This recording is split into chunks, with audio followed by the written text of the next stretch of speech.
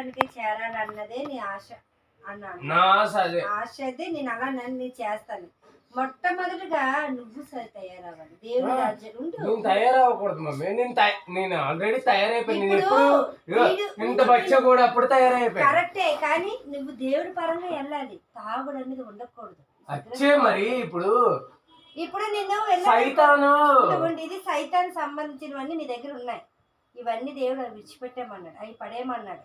ఇంక వాటి జోలికి వెళ్ళక నాన్న. నువ్వు నీకు ఆశ ఉంది కదా, నీ స్నేహితులు అందరూ నశించిపోతున్నారు, నువ్వు ఒక్క మాటలో చెప్పాను చూడు.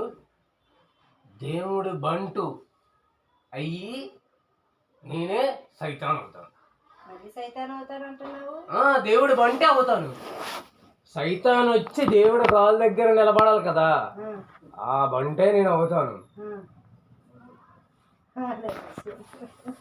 నవ్వుకుంటాడు. అదే కాదు, ఒకటి అడుగుతాను, ఫీల్ ఓకే ఇంకా చెప్తాను. అడుగు. నేను అడిగింది సంబంధం చెప్తాను. చెప్తాను. ఒకప్పుడైతే ఎవరు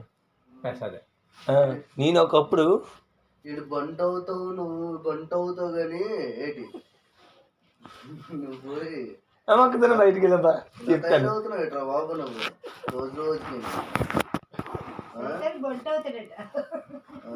సైతాన్ కింద బంట అవుతాను, దేవుడికి బంట అవుతాను. దేవుడు బంట అవుతాను.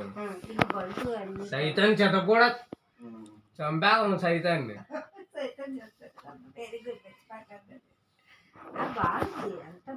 దేవుడికి